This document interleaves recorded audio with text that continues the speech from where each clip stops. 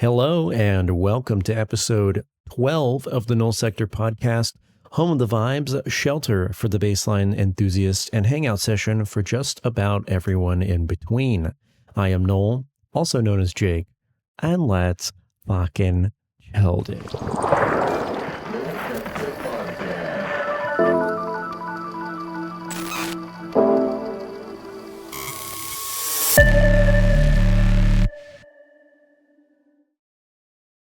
Pretty sick, dude. You know what? I actually think this is working, which is crazy. That's fucking crazy. Okay, so hello, hi. Our topics for today, which I totally forgot I was going to say before the intro.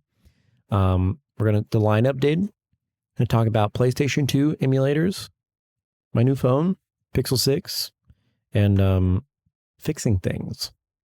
That's what we got, among many other little things here and there. So just to preface before we move on at all, today I'm actually live right now on Twitch while recording this episode because I wanted to know if it is actually possible for me to be live and record directly to my computer at the same time. And wouldn't you know it, it looks like I can. So that is a big W for us over here at the Null Sector podcast. That means that we can, in fact, just always stream it just because. And if people have questions, we can answer those. So that could be pretty fun. For the time being, we're just going to move on and we're going to get this big boy buddy fucking started, dude. Now, I don't know if it does show. That's pretty cool. So in OBS, it actually shows my live time with a timer and also my recording time with a timer. So that way I can save timestamps and stuff for editing reasons later. Anyway, in to our first section, our small talk.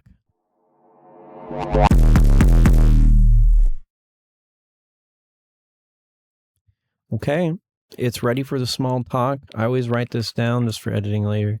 So, first of all, new podcast intro, pretty sick, right? Pretty sick.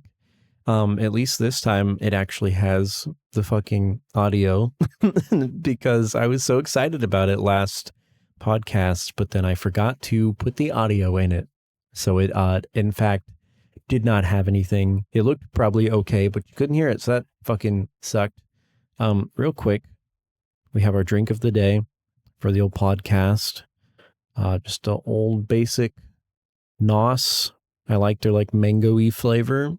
So we're just going to crack this bad boy open right now, dude. Oh, so tasty. Let's take a sippy. Oh, yeah. So today has been fun for a little small talk segment. I woke up somewhat early today on a Saturday. Didn't go into work today, which is great. We like not going into Saturdays every weekend. I woke up today and I went on a fucking hike at 10 a.m. Which is not that early, but that's pretty cool. I don't do that kind of thing. I've been trying to get out, been trying to do more. And Layla and I have joined this app called Meetup, trying to meet up with people and do things, have some fun. So first experience, honestly, pretty great. We woke up at 9, got some McDonald's breakfast, and went to a hike. Pretty hot in the Florida heat, so not great, but the hiking was fun. Had some fun conversation with people. The group that we're in specifically is centered around things that all of us relate to, so that's fun. Pretty cool. It's hard to do things with other people and make friends past your 20s, really, or 25 plus. So, we're trying out there, but it's pretty fun. I saw a Cybertruck in person for the first time. Well, two of them now, actually. But I was on the drive home from work and I had to do a double take. I did the Wojak pointing the the fucking I saw a Cybertruck going the other way while I was driving home on the freeway, and I had to do a quick double take because I know a lot about them, but I've never seen one in person, and it was hilarious and everything you would expect. Because my first reaction was, "Holy shit! It looks like shit." The best way that I could describe it is, like older stainless steel brushed metal refrigerators where they kind of look a little bit worn. If there's the slightest dent in them, you can just see it radiate across the entire surface of the metal. Fingerprints everywhere. Like, damn, that thing looked like shit. And I guarantee you it was basically just brand new. I made a joke to myself where I'm like, well, hope you're not driving towards the rain, Cybertruck boy, because they will rust if they get rain on them and you don't dry it off. Yep. So that's cool. I did see another one today, actually, but that one, I mean, just despite the design looking kind of shit to begin with, it didn't look that bad because this person actually wrapped their Cybertruck in a matte black, which, I mean, helps, makes it look better, but it's still a fucking Cybertruck. So don't buy those. That'd be great if no one did. What else do we have? DJI might be in some hot shit with the old FFA. If I remember this right, we love third-hand information. But I've been hearing some things. And for those of you that are into drones or aviation at all, which I am both into, the frequencies that DJI drones use to communicate with are not exactly that regulated. It has been an evolving process. Canada has made some decisions before the US has made any big decisions. There's a lot more restrictions to flying drones in Canada than there are here. However, there is talk right now of the FFA I don't know exactly, but from what I understand, it is talk of taking away access to the frequencies that DJI is currently using and anything that they could reasonably use, which would just immediately ground every single DJI drone, period. Like, you cannot legally fly them anymore, and without hacking them or anything like that, they will not work from the factory. The app will not let you fly them. So that's not great.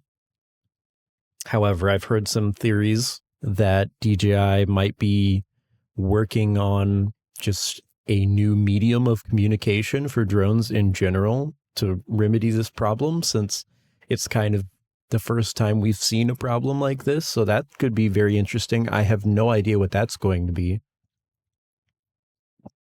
The whole technology around DJI and their drones is pretty cool in general. I mean, I know they have some of, is it Mavic or Maverick? I used to have a Phantom 2, I believe. But it's insane how far they can just cast full resolution video to the controller that you use, just extremely far away in the air with interference all around. It's pretty cool shit. So we'll see what happens with that. We don't know yet. What else we got? Satisfactory, the ever loved factory building game, is having its 1.0 release. That's very cool. I fucking love Satisfactory. I don't think I've ever talked about it on the podcast, but for those of you that don't know, I'm obsessed with Satisfactory, and it's a fucking awesome game. And I think I logged 180 hours in like 2 weeks. So oops. It's been out for a very long time. Wonderful developer, Coffee Stain Studios. has been guiding this thing through, I think, 6 or 7 years of development. And they've just fucking nailed it. I think Coffee Stain might be my favorite set of developers that I can think of in general. Like, they're just amazing, and they communicate to the fan base, and they listen, and they set expectations. It's great. And there are so many developers that don't. The Helldiver devs have gotten, I used to say that they were pretty cool. Then they got into a little bit of some shit, which may or may not have been their fault, blah, blah, blah, drama, blah, blah, blah. And some other things. A lot of the war bonds just come out really lackluster. A lot of the stuff that's in them kind of make it pointless to play through the war bond because the weapons are useless. A lot of little things like that. Kind of sad.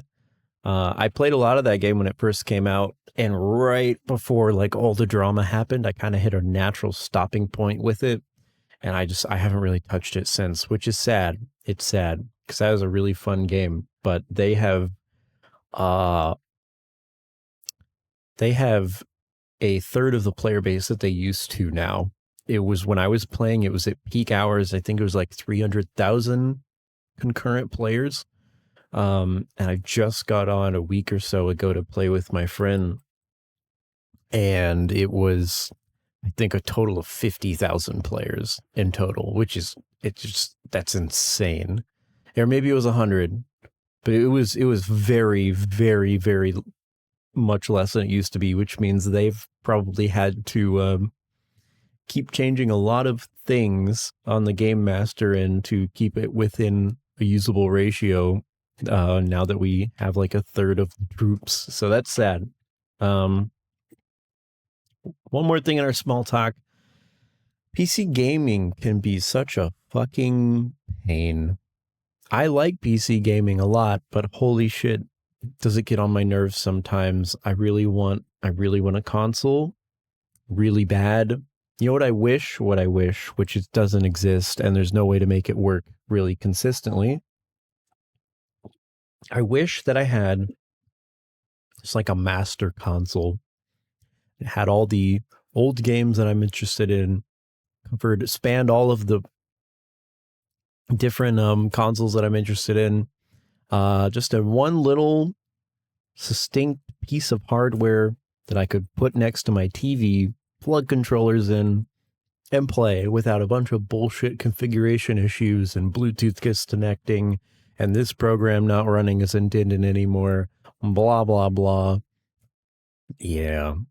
I'll talk about this. Excuse you, telephone. I'm recording. We'll talk about this later in the podcast because there's a PS2 emulator that is a whole topic that I'm going to talk about. But man, some of that shit is a little infuriating to get working, which I wish it wasn't. It's very cool though.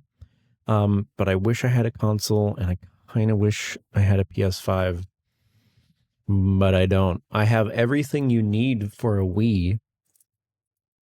All the games, all the controllers, all the cables, even the sensor.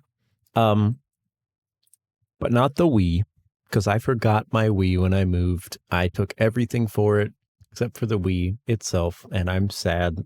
I really want to homebrew the Wii. I really want to just get a shit ton of old games and play on it every now and then. But I don't have one, so I'm going to have to fix that at some point. All right, that's all our small talk. We're going to move on. We're going to move on to our next topic, which is content update.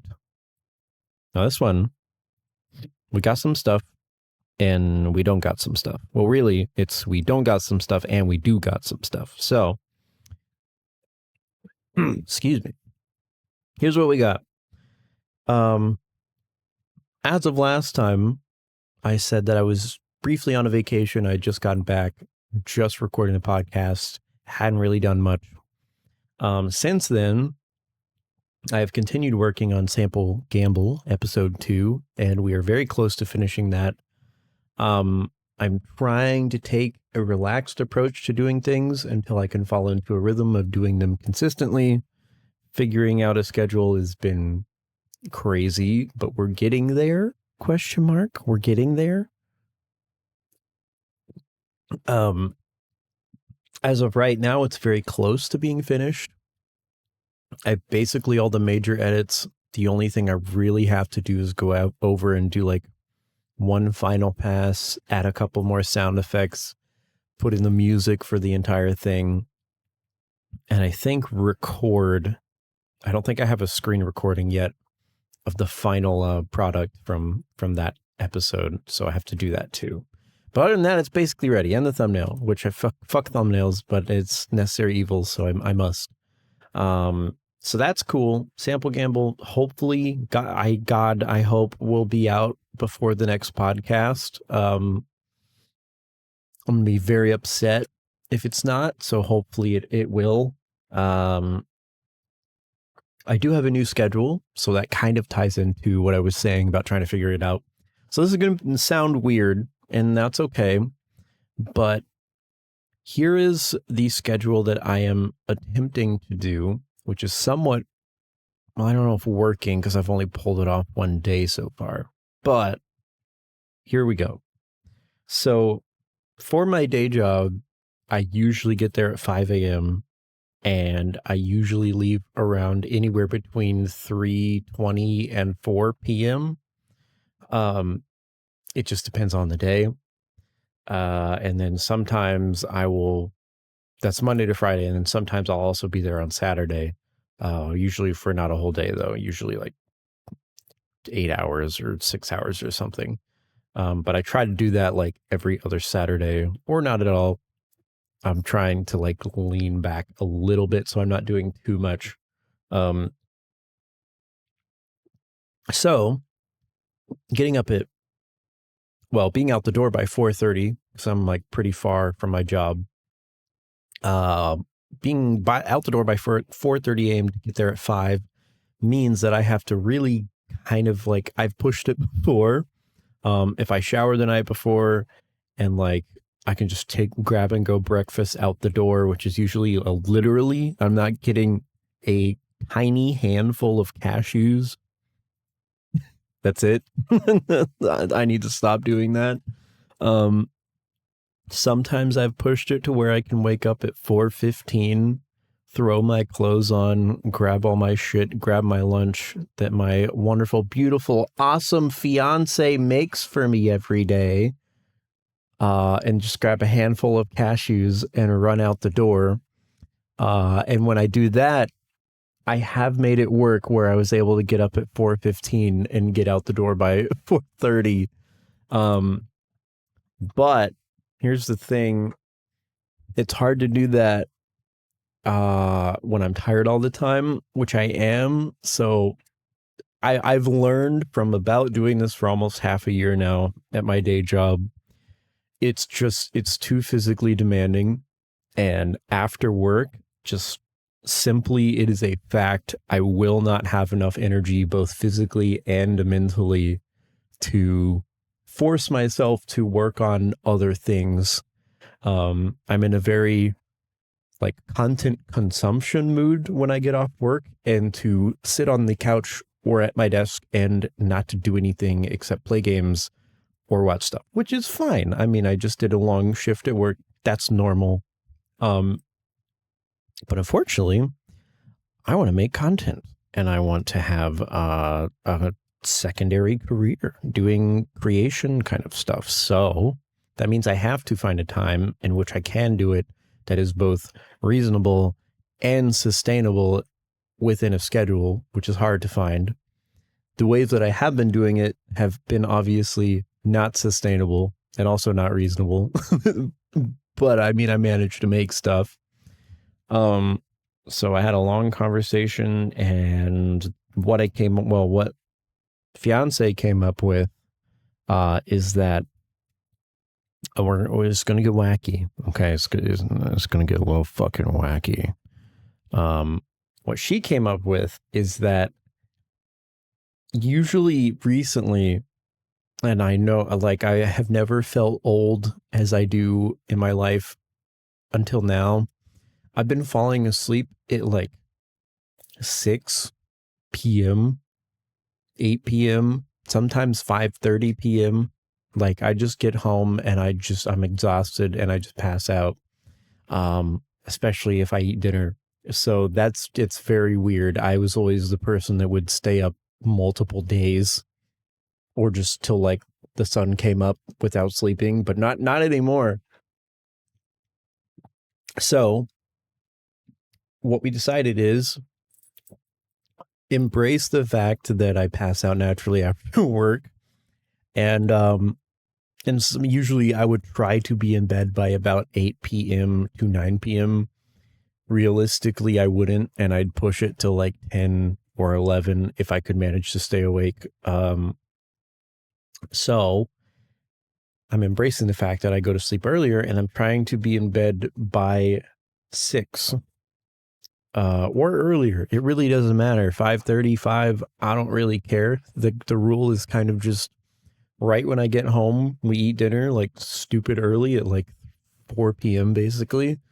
And then if I'm not asleep by 6, that's when I have to go to bed. But pretty consistently, I'll end up going to bed before then just because I'm so tired.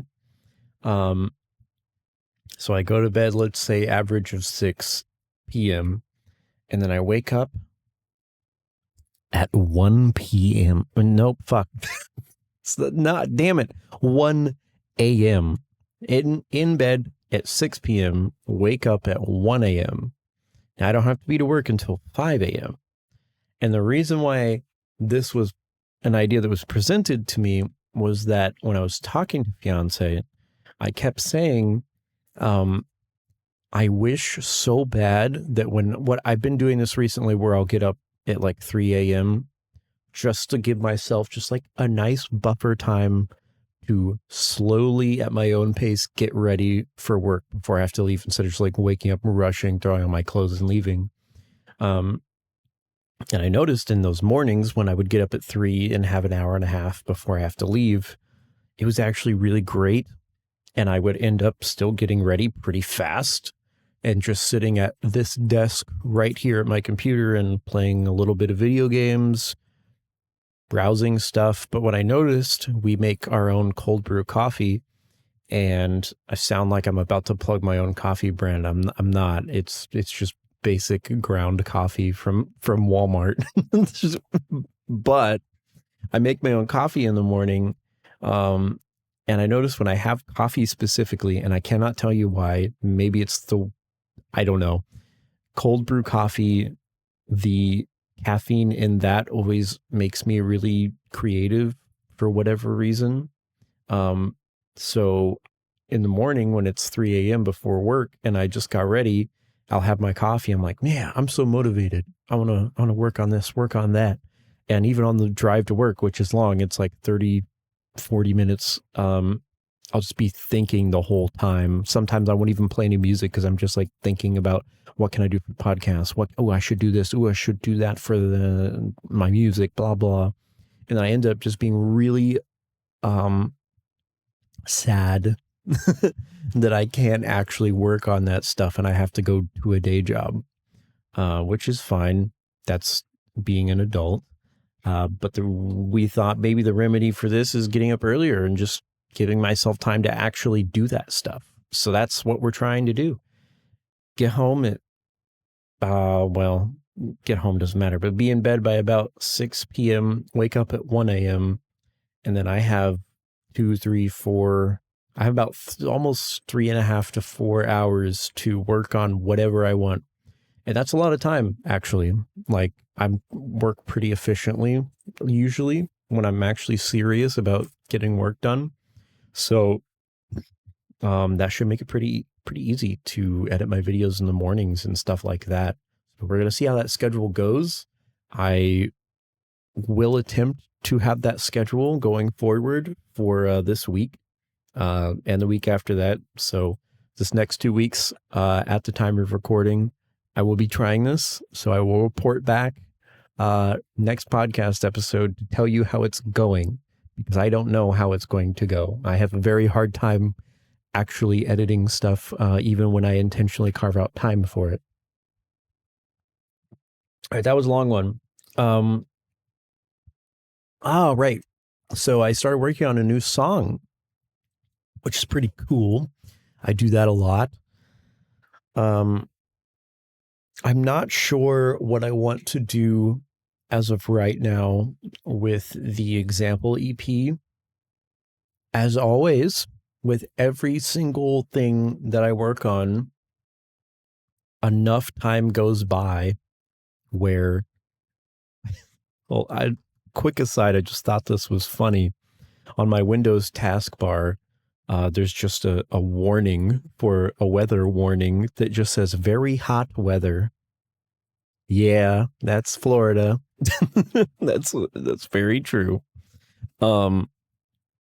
With every EP I've ever done, I have this problem where I progress too much time passes, and my skill level at producing has increased from this first song that I made to maybe the last one, to the point where I no longer want to group them together because they sound so much different to me quality wise.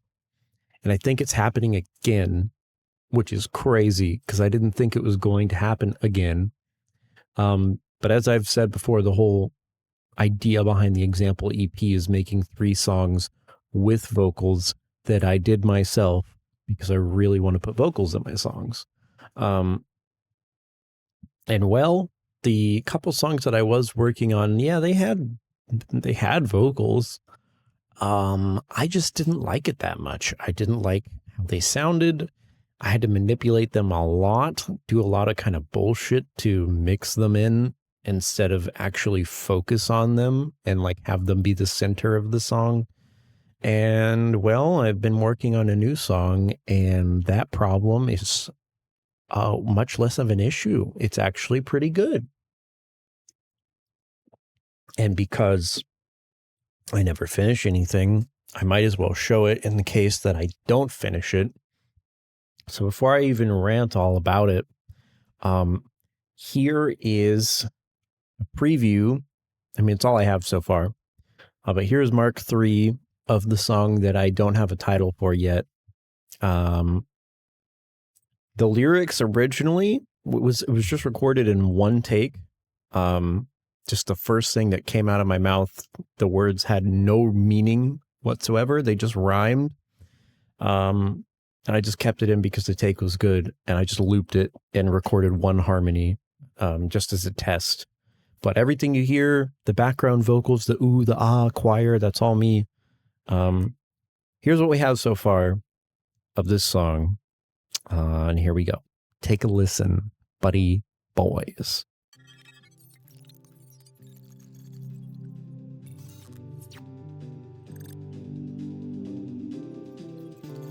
We'll talk more about this in general in a second.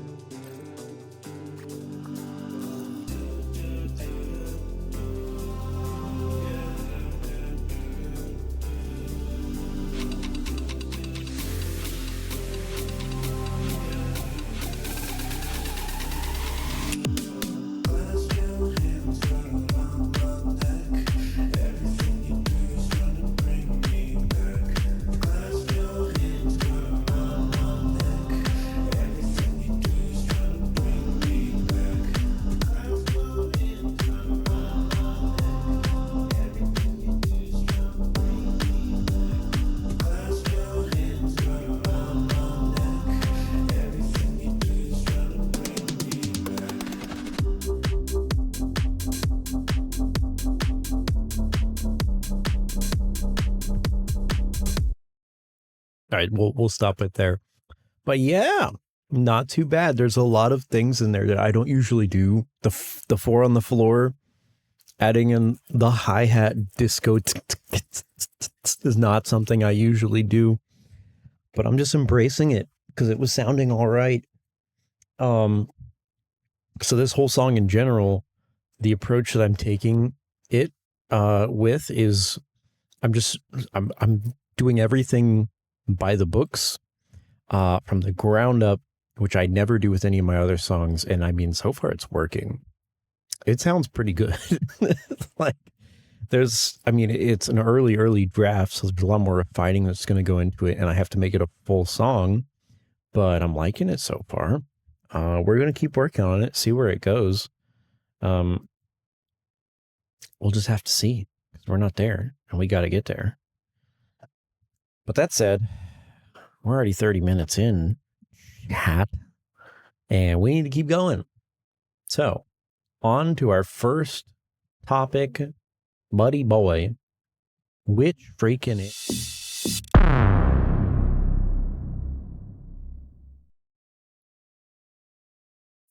PS2 emulator. And let me write this down, because I never write it down. Blah, blah, blah. 3450. Okay, so PS2 emulator. Specifically, we're going to be talking about PCSX2. I talked about this a little bit earlier, but for a while now, I've been craving console gaming. And well, childhood console, well, I had a couple, but PS2 was a big one.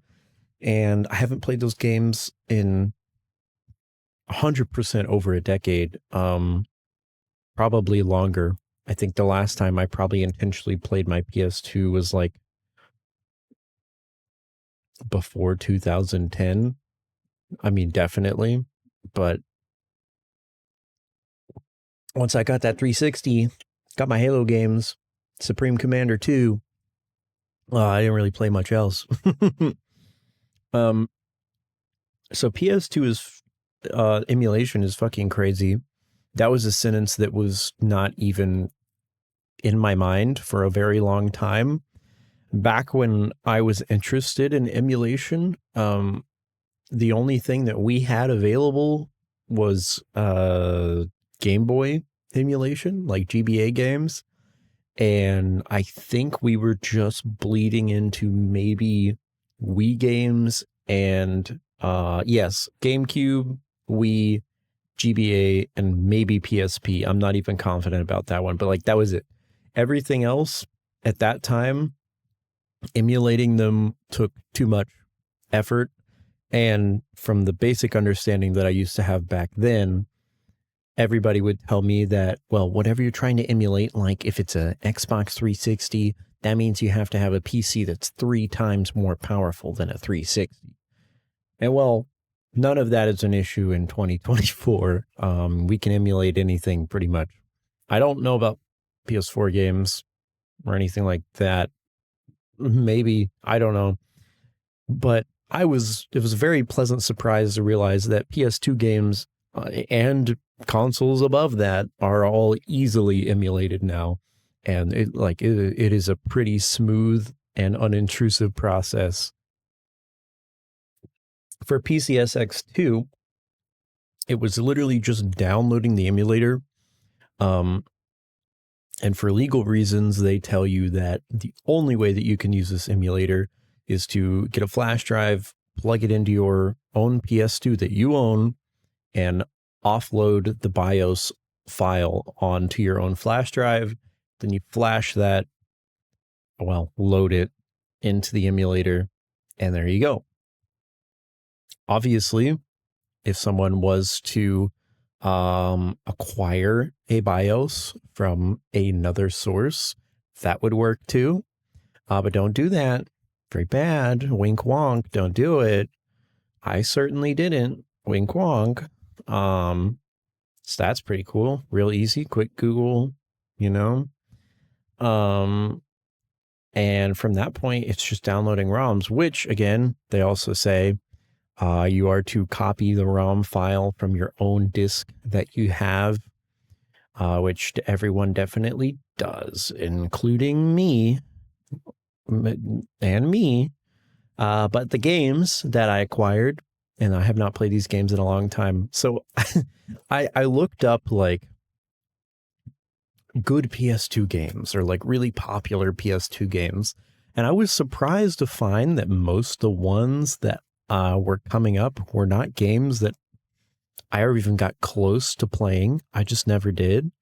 And I kind of found out that all the games that I played as a kid were less known. And just to my isolated little kid self, those were like the popular PS2 games. But, you know, PS2 is like the birthplace of, well, not really, but the PS2 was online gaming was on its way to popularity for consoles. That was not really a standard thing yet. So here's a little list. This is not every game that I used to play, because we had a lot, but these were the ones that I remember most that I would play a lot.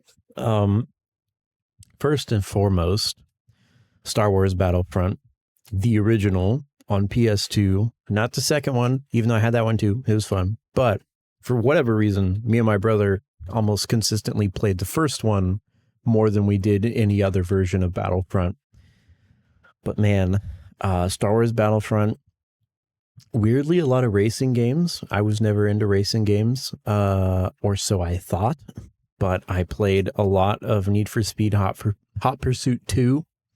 Fun fucking game. I also played a lot of Need for Speed Carbon, although we never really did 2-player races on that. I just had fun driving around in the city and shit. Teenage Mutant Ninja Turtles 2, Battle Nexus. Oh my god, we played that one a lot. That was fucking fun. ATV Off-Road Fury 2, also a lot of fun. That one was like, well, a lot of these games were really uncanny valley and like felt very empty, and it was kind of scary as a kid, especially when they would glitch and shit.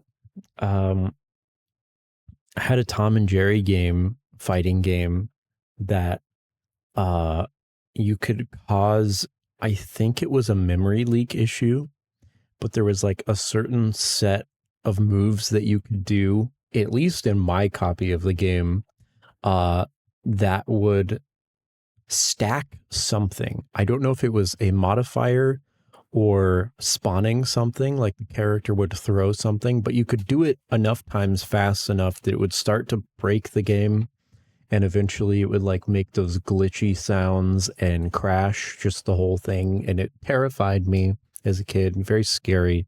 So I was kind of terrified to play that game, especially by myself. Also, the disc was scratched. So that made it happen too. War of the Monsters. Holy shit. I was pleasantly surprised to find out that more people than just me played this game, and it was kind of popular. Maybe not super popular, but it was kind of popular. I fucking love War of the Monsters. We played that a lot. I played it a lot. And man, that game was scary. That was scary shit as a kid. Those cutscenes where people die, that shit was terrifying. The first monster in that, the first boss fight in that game at the bunker complex with like the big robot guy with spinning helicopter blades on his shoulders, that guy used to creep me the fuck out. But also that whole game kind of creeped me out, and the sound design and everything. It was very scary. That's most of the big ones that I wanted to talk about. But all those games, I got them all, got all of them, loaded them onto the emulator, and me and fiance just had a game night the other day, and we just went through all of them and played them. It's huge fucking nostalgia hit. Oh my god. And here are my takeaways, because this was honestly a very fascinating thing, at least to me. Coming back to something almost 14 years later that I haven't touched or even thought about that much, having a whole new perspective is really interesting. So here's what I have to say. All these games are kind of shit. And that's unfair, because I don't actually mean it. They hold up stylistically, and they hold up for what they were within their own time. In that context, I think they're still good. But in modern day context, man, a lot of them are not. And a lot of it is like just playing the game itself with the controls that you're given are just, it's just a pain in the ass. What I think about a lot as a kid is like, were these games actually difficult or was I just a child? And I found in some occasions it kind of felt like the answer was I was just a child and it wasn't actually that hard.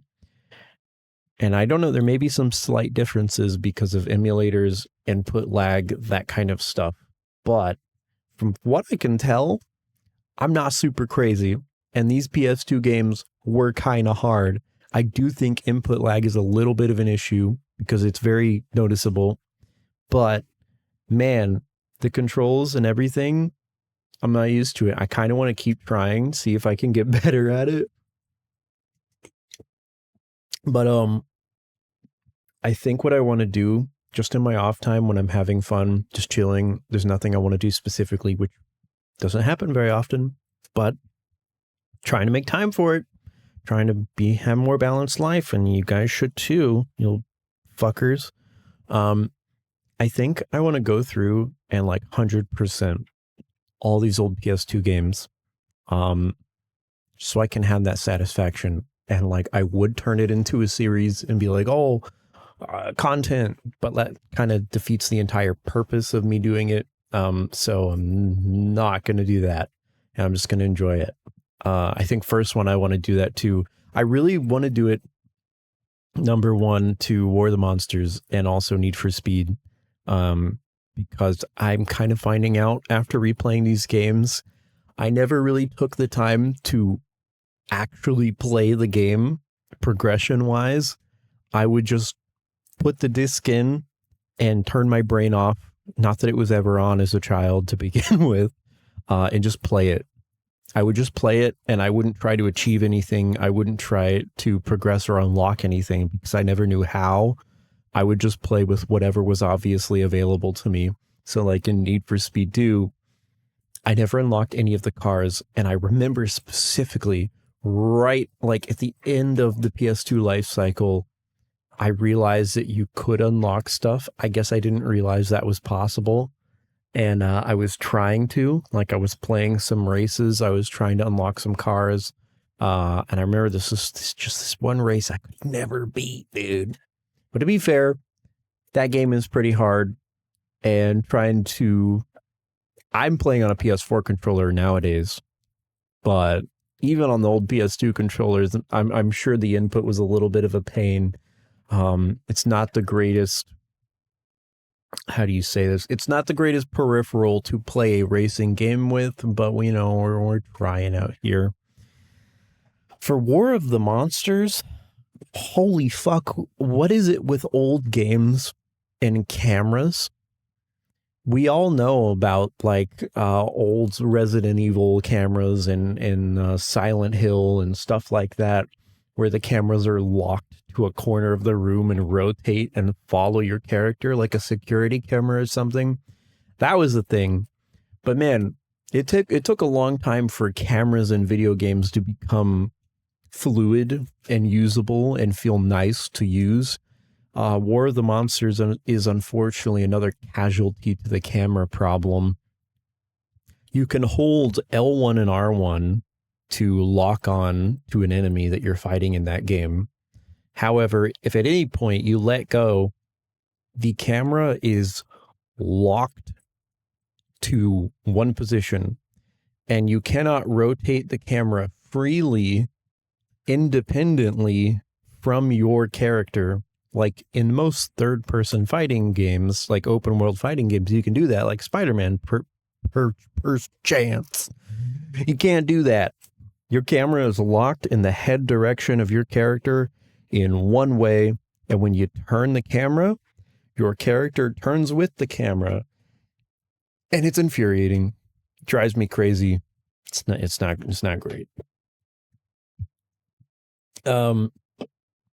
TMNT 2, fucking great game. We played that a lot. It's very co-op. I don't know why we liked it so much, but it was just fun.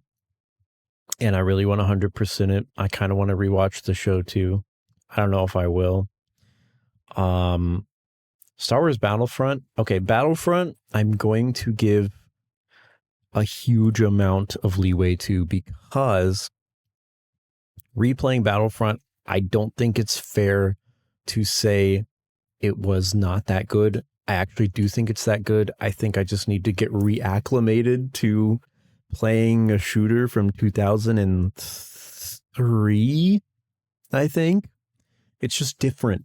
The movement, there is no such thing as movement in these games. Well, that's not true. In Battlefront, you could do a dodge roll, like a Dark Souls dodge roll, which is cool. That was it, though. Well, there was a jetpack too, but very different.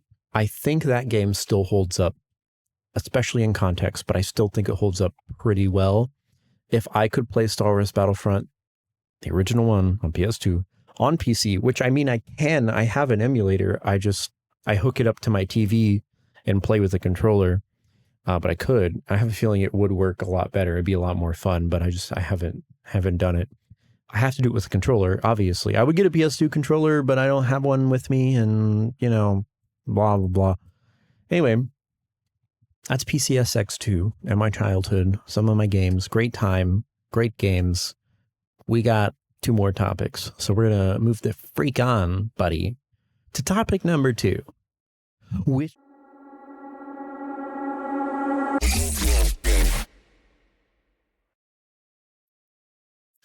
Pixel 6. Now this one, let me just annotate this here. This is going to be a new thing, sorry. Pixel 6 is a new phone that I have. Oh my god, it's here, guys. Oh my god, look at this bitch. So pretty. Very cool. Excuse the semi-dirty case, but I briefly talked about this on the last episode. I was excited. It was in the mail. It was on the way. I got a nice hard case for it, and there's actually a glass screen protector on the front and on the camera cutout on the back. Well, it's not really a cutout with the Pixels, at least up until a certain point. I don't know if they're still the same on modern Pixels. It's more of a camera bar. It's not really a cutout. It actually protrudes from the back of the phone in a strip across the back of the phone. So if you rest it on a table, it's actually rest a little bit like 5-10 degrees vertical instead of flat on the table, which some people like. So what I was warned of when I considered getting a Pixel 6 was, you're either going to fucking love it or you're going to fucking hate it. And there is no in between. And I was excited to find out. I love technology. I love my things.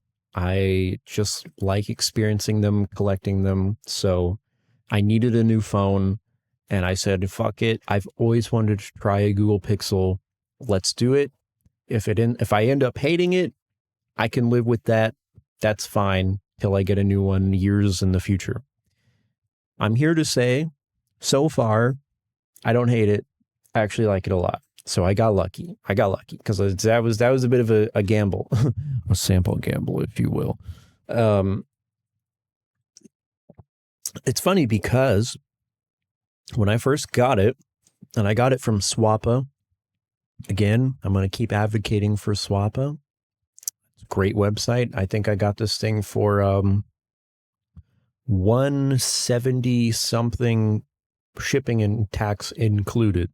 Pretty fucking good for a brand new, basically, phone. This is used, however, no visible scratches, and the battery life is honestly great. The battery life is really, really good. And people warned me about the battery life of the Pixel 6. But compared to the S22 base model, battery life is like 2 to 3 times better. So I have zero complaints. And when you put battery saving mode on too, I mean, this thing lasts me a full day without charging it, which is great. My S22 would not make it through a work day if it was under like 60%, which, sucks.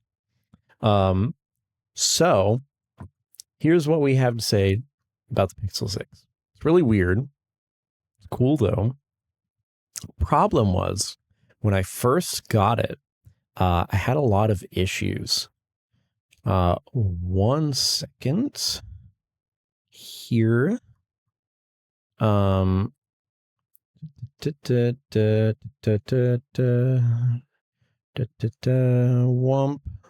All right. We had a bit of a silly guy. As you guys may know, which I said, we're actually streaming the podcast now, which is fun for questions at the end and maybe during, it depends. But we have our typical bots that come in and say a bunch of shit. So got to ban the bots. When I first got the Pixel 6, things were not going well. And that was very sad. That's very bad. When I first opened it and turned it on, it was like, oh, it's so pretty. It's so cool and epic, dude. And nice, dude. But the more I used it, the more fucky it was. And that sucks. Basically, a lot of stuff just didn't work on the first day. And I was becoming increasingly terrified that this Google product was in fact an underdeveloped piece of shit that was not really well supported, and nothing just worked as intended. Which, if you can see behind me here, this Google Nest, which also is known as Google Home, that thing back there is a fucking piece of shit. I busted some money that I got, I think, for Christmas on this thing, well, some holiday, because I've always wanted a really nice smart home setup in general. Do me a favor, and anyone who is ever considering buying a Google Nest, please do not. That thing is fucking shit. I'm not going to get into it because there's way too much, but I've done nothing but leave it plugged in over here, brand new. And over the course of a couple, like maybe a year, it has gone from semi-usable kind of to almost completely unusable. And it barely does anything to begin with. It's just get an Alexa, or if there's a better solution, I don't know, get that. But do not get Google. It's horrible. It's horrible. It's horrible. One thing that I will say is nice is that it does recognize voices. And I, through a bunch of tutorials and bullshit, got it set up to recognize me and my fiance's voice and use our own different Spotify accounts when we ask it to play music. So that's cool because I care a lot about my Spotify account. But that's like, it's whatever, dude. It's whatever. So here's the thing. Within the first day of me trying to get my Pixel 6 set up, things were going okay until I noticed some stuff just wasn't working as intended. The UI would not work like you would expect. Some buttons, you'd press them and it'd just do nothing. It would act like it did something, but nothing. And these were like, I was downloading. I've had this issue with previous phones where it's been annoying to reset up a new phone super customized like I like it.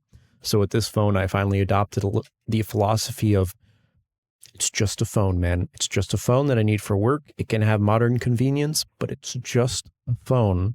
So as you can see, like my background as of right now, you can see there's like 2 notifications for Reddit that are just, standard notifications, Satisfactory and EDM production on brand, but it's literally just a space background. That's it. I don't even think it's a reactive one. It's not. And then if you sign into my phone, which is fingerprint, which is fine, it's just another basic background. Now I could change it in time if I want to, no reason not to, but super basic phone setup without anything special. Usually I'd have the entire UI custom, all the sounds custom, all of the text custom, like everything, because I love customizing my shit. It's one of my hobbies. But with this phone, I said, fuck it, I don't care. I'm over it. Every time I do that, the phone dies, and then it's a pain to do it again. So I just said, gonna be basic. Honestly, it's going pretty good so far. Everything's kind of minimalist and compact, and I kind of like it. However, because I did not copy over my system image from my last phone to this one, since I wanted to kind of start from scratch. I was re-downloading all my apps by hand, and they just weren't functioning like they should. I downloaded TikTok and couldn't sign in. It would show the sign in screen. I would press the login with Google button, and nothing would happen. And then suddenly nothing worked anymore. I would have to force quit the entire app. And it just kept doing this. And I said, oh, I just can't use TikTok on this phone. Great. I found out that if you hit sign in with Google, leave it open for long enough, like literally 3 or 4 minutes, it will eventually go to the next screen. Okay. In which I'd select my Google account and then it would crash. Okay. Little things like this. And I gave up. I came back 20 minutes later, opened TikTok to try again, and it was just signed in. It had just worked in the background at some point, even though it crashed the last time I opened it. So little weird bullshit like this, and tons of it. Here's the big thing. Google fucking Maps. Google Maps on a Google phone. The phone made by Google, supported by Google. Google Maps did not work on this phone. That drove me up the fucking wall, and it was at that point where I was starting to be terrified. Oh God, they were right. They were right, and I'm gonna hate this phone. Google Maps would open. It would let me sign in. I could even type in a destination. No red flags. However, no matter what you did, the second you hit start on a trip, immediately it would crash. No matter what, consistently. There was no way around it. No fix I could find would fix it. And this went for everything, by the way. Every glitch, every little fuck up would always be there was no fix for it. So that pissed me off quite a bit, not gonna lie. And I had to consider an alternative to Google Maps, which is just, it's weird. I've never had to do that. I've never wanted to do that. Even when I had an iPhone, which is a weird sentence, that was a very long time ago, very briefly. But when I had an iPhone, I didn't use Apple Maps. I downloaded Google Maps. It's just what I've always used. It's been tracking everything that I do for a long time. And I actually enjoy seeing the like driving reports and stuff like that. I'm a nerd. It's kind of nice. Fiance suggested Waze. I've heard of Waze before. I don't know anything about Waze. And in my anger-induced fury, I said, fine, I guess I'm fucking using Waze now. And I downloaded it, and it's actually pretty great. I'm not going to lie. I don't use Google Maps anymore by choice. At the point in which I'm telling the story, it's by necessity. In the end, it ended up being by choice. But I actually like Waze a lot. Waze is great. Waze feels very polished. The UI feels very satisfying and minimal, and I like that a lot. But really for me, for Waze, it's like the community. Well, it may be, because kind of most things like this are, it may be that for Waze, it is a thin veil, an illusion of community, and not really as much as they make it seem. But even if it is, whatever, that's fine. Whenever I open the Waze app, it's always like, there are 1,000 something Wazers nearby online or something like that, which is a small amount, which makes it feel cool, makes it feel like I'm a part of something. And when I then go on a trip, they have all these little icons, and you can tap the icons there, and they will show things like, usually it's another Wazer, as they put it in the app, and it'll show, if you tap on it, it's like, oh, they were here recently, and it'll show how many points they have, how long they've used the app. And that's the other thing. They have a point system for interacting with the community. And what that looks like in Waze is there's a button that you can press, which expands into a bigger tree, and you can report things like police, hazards, all kinds of things. Like everything is covered. And it's just a quick press. I will say it definitely encourages people to touch their phone while they're driving. Objectively a bad thing. Unfortunately, at least in America, that's something everyone does all the time. And Waze is not going to change the large majority of people already doing it. Objectively, bad idea. Objectively, don't do it. Unfortunately, the reality is everybody's going to do it.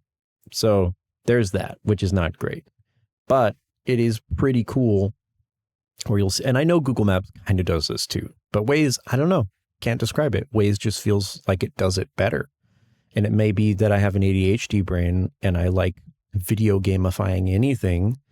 And when I'm driving on Waze and I get a little notification that's like, stopped car on the right shoulder in 0.5 miles. And it just has two options. That's like, is it still there? Yes or no? And I think it doesn't matter whether you say yes or no. If you interact it with it all, you'll get like 2 points. But I always wait to see. And usually like 90% of the time, the car is still there and I'll just tap yes. I don't even have to really look at the screen. Just have my finger resting there while I'm driving. And if I see it, I tap where I know yes is, and that always works. And I get 2 little points, 2 little Waze points. Yeah. And I've actually I really enjoy when I see a hole in the road or I see an object in the road, just going tap, tap, tap, reporting it. And now that'll pop up on anybody else who's driving the same way, who uses Waze, will get a little pop up. It's like object reported in the road in 0.05 miles. And again, 90% of the time, I'm assuming it's people like me who legitimately enjoy it because it's always true and it's crazy and it's fun. This was not supposed to be about Waze. I like Waze a lot. Also, they have stupid custom voices for navigating.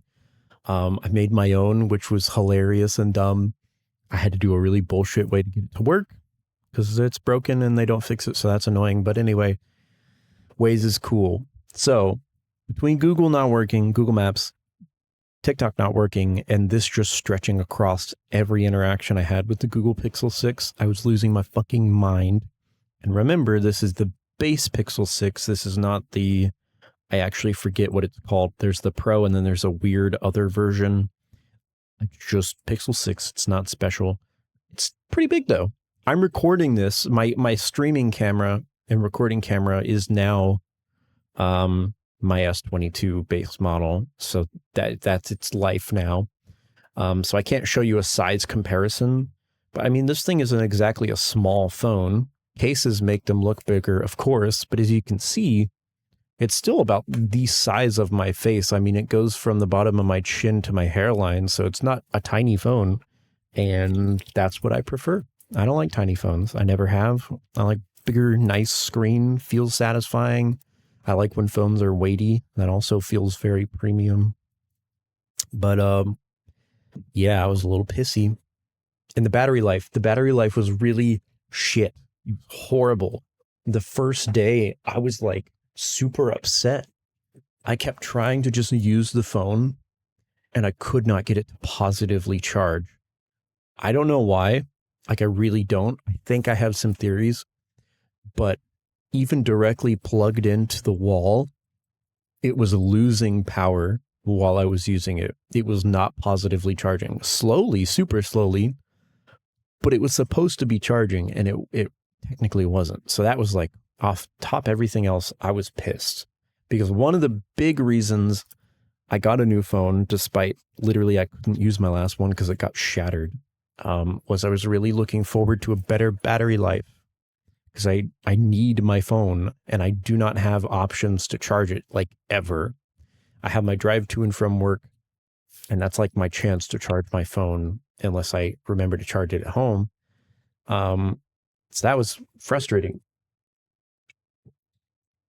It turns out the battery life is actually great. I have no problems with it. It's actually very good, at least for what I use. Again, my philosophy with this phone is using it pretty lightly. So I don't have a whole lot going on. But when I do use it, I mean, it's cool. It lasts me all day. So that's nice. What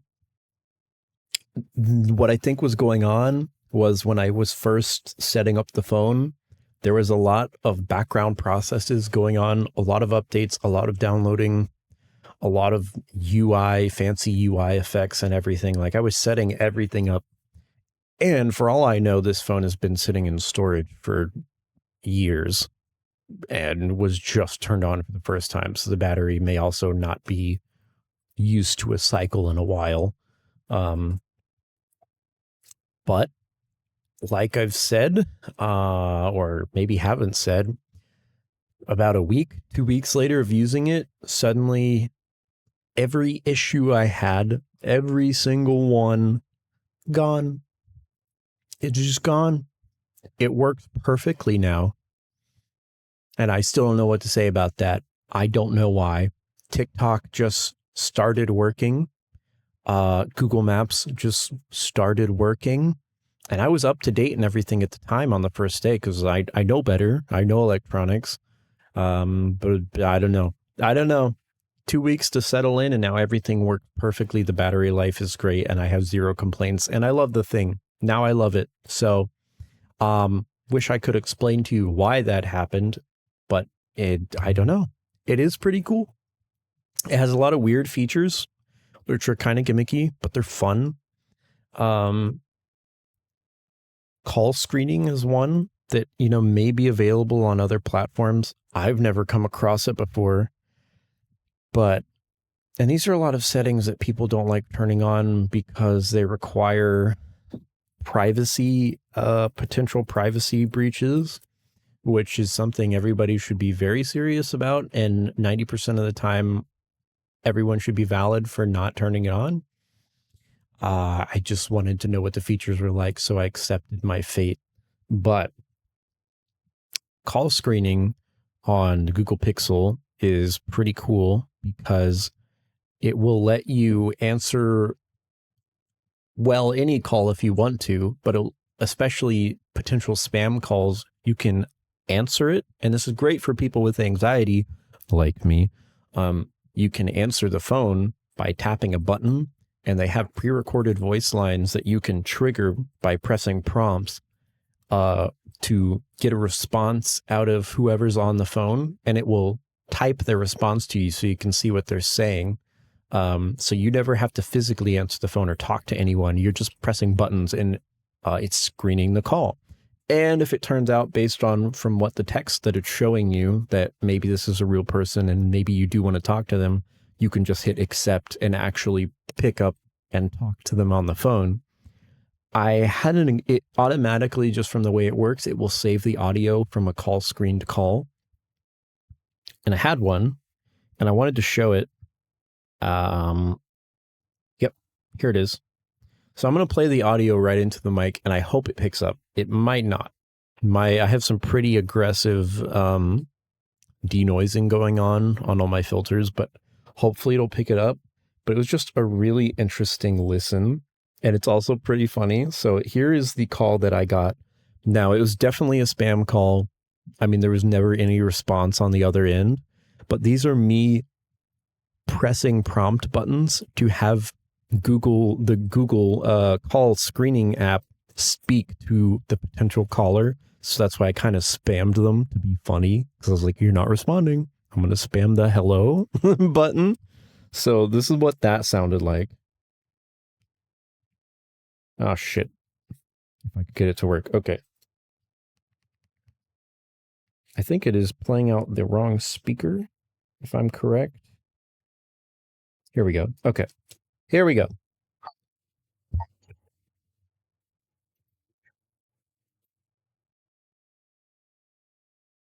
Okay, it doesn't look like it's picking it up, I'm afraid. I think.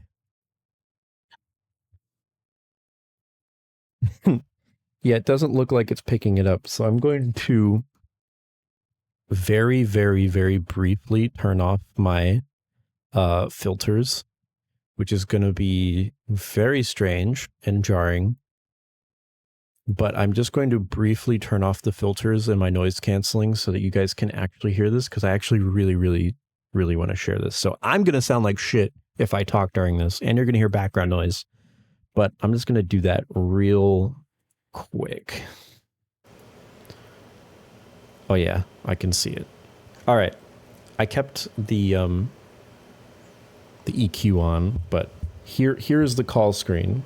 Hi, I'm an automated calling assistant recording this call for the person you're trying to reach. May I ask what you're calling about? And these are all prompts that I'm pressing. Hello, are you there? Waiting for a response.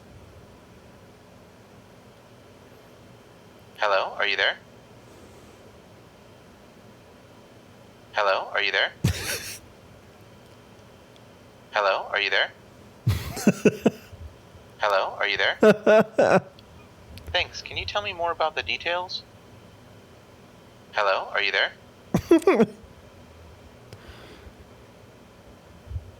Is that the whole thing? Yeah, that's the whole thing. All right, let me turn these on so I sound good again. So as you can hear, I was kind of fucking with what I thought maybe, you know, an automated call, hitting them with the reverse Uno card and hitting them with automated responses, just spamming, hello, are you there? Hello, are you there? I mean, I guess no one was there. But it's fun. It's weird. That's like a fun little feature that I cannot wait to actually use because there is some real use for that. What else do they have? Song detection. I don't remember what they call it. You can enable your Pixel to passively detect, like listen for music.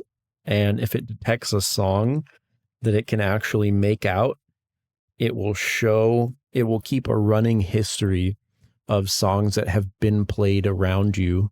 So if you hear something and you're like, what is that song? You can just glance at your phone, pull it up, and you're like, oh, that's what it is. That's pretty cool. I've never used it. I'm a music person, so usually I know what I'm listening to, and I don't listen to things that I don't know what they are. So that's not really useful for me, but it's cool. And there's just a lot of things like that. Even like the camera has a lot of like modern features like cinematic stabilization and stuff like that. Pretty cool. Pretty cool. Pretty cool. Pretty cool. But we gotta move on because it's time. We're already over an hour, silly guy. So it's time for our last topic. Topic number 3, which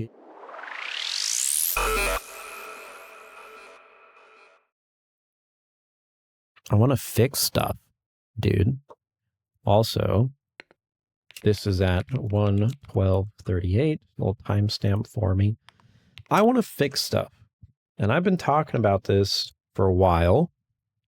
This isn't new information, but I just want to keep talking about it. I also couldn't think of a third topic, so here we are. What I mean by I want to fix stuff is I want to learn to be an everyman, and I want to learn to, if there's a problem with something, instead of buying something new, figure out a solution that actually works, that I can actually achieve, even if it requires some very unorthodox things, like some skill sets that usually I would not have. I want to learn them. This includes soldering, electrical work, plumbing, like, you know, construction, everything. I want to learn how to do all of it. Obviously, the stuff that interests me most is going to be soldering, PCB work, electronics. I'm into technology. However, you know, I still find enjoyment and enrichment out of doing traditional construction stuff, like also collecting power tools is fun. I think I talked about that, but I'm trying to go down the 20-volt line of all DeWalt stuff. I just like it a lot. I love the ecosystem, so that's a work in progress too. A good example of this is I have a friend at work who is a maintenance technician who does a lot of this kind of stuff. And recently their air conditioning system went out, and, you know, we're in Florida in the middle of summer, so it's hot as shit. He said it was like almost 90 degrees at night in his house. So that's not great. And option number one was to call an AC technician to come diagnose and repair it, which is going to be a lot of money. But, you know, he's a maintenance technician by trade. So he was able to determine that it was a capacitor in the cooling system out back. I forget what it's called. I actually know a lot about HVAC repair because I considered doing it once. So I kind of knew what he was talking about, even though I don't know a lot of proper names for things. But sure enough, it was a capacitor that went bad. He went out, I think, paid $50 for a new one, threw it in.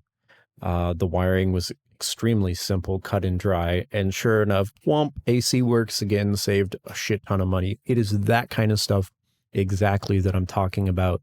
Having the knowledge to do diagnostics in every scenario, you know, diagnostics in a general sense, being able to do that, to problem solve and fix things with maybe skill sets that not everyone would have is cool, and I want to do that. So that's why I'm trying to take on the philosophy of if something is broke, it's already broken and it already doesn't work.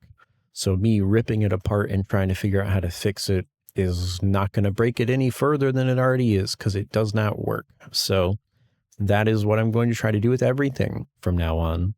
And I really want to get into soldering and wiring and welding eventually. That's going to be way in the future.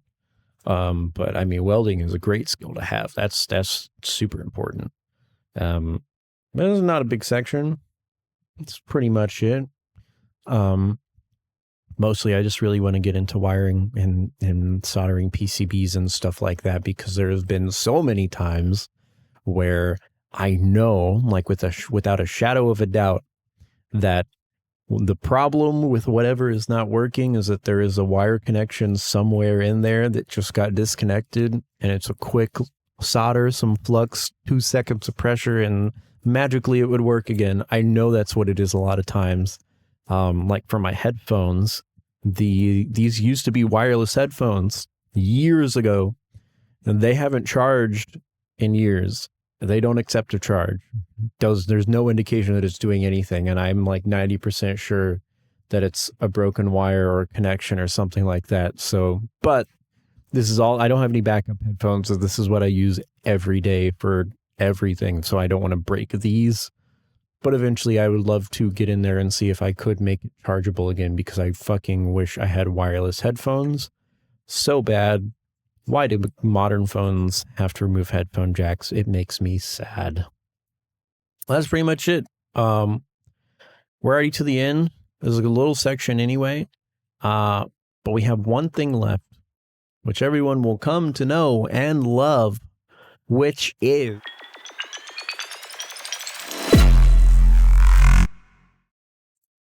questions section. Now, this part is important, especially for today's episode, because we are live on Twitch. The podcast is now a live fucking show. And this also means, as far as I can tell, I will also be able to do my Sample Gamble show live too, which is going to be fucking cool as shit.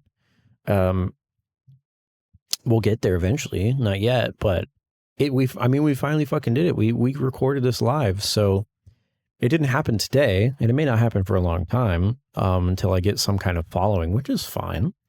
We're going to record every single podcast from here on out live, and questions that we have in the chat will be answered during this section, in the question section. And that is pretty fucking cool, dude. Now I might respond to things kind of on the fly, because, you know, it is a live show. But during this section, usually, we will answer questions, comments, concerns, literally anything you have to say. We'll respond to it during this section. There are multiple ways to submit these questions, comments, or concerns. You can do it at the subreddit, the email that we have set up. You can join the Twitch stream live like today, and we'd answer them during this section. If you'd like to send in an email, you can send it to nu11sectorpodcast@gmail.com. All that I ask is that in the subject line, you put whatever you want your name to be, don't care, dash podcast question. Then the body of the email, say whatever you want. I'll respond to it. That would be pretty cool. You can also go to the subreddit, which is NU-11 sector. There's a flair on there called podcast question that you can use. Post it there. You could do it in a live on Twitch where we are right now. That's pretty much it. You can find me on all my other forms of content. You can find me on my main YouTube channel, where I make music and a bunch of videos like that, which is just Noel NU-11. And on basically every single social media platform, it's some mix of Noel official or official Noel, with the underscore between NU-11, because usually they don't let you do dashes. But you'll find me. I have links to all my socials everywhere. So if you need to find me, you can. But that's it, dude. It's that time, y'all. Thanks for the immaculate vibes, for hanging with me, bro. And I'll see you next week. As always, you can find the audio version of this podcast on Spotify and Pocket Casts. And actually, you know what? I think that's it. Very limited. Sorry. And on YouTube. If you like the video version, that is on my second channel, which is NU-22 on YouTube. Keep an eye out for all of my other forms of content. And that's it. I'll see you guys next Monday. Love y'all. Peace out. PP cock and lawn. You know, I don't know where my end screen is. So we're just, you and me are waiting till I can find it. There we go. Bye.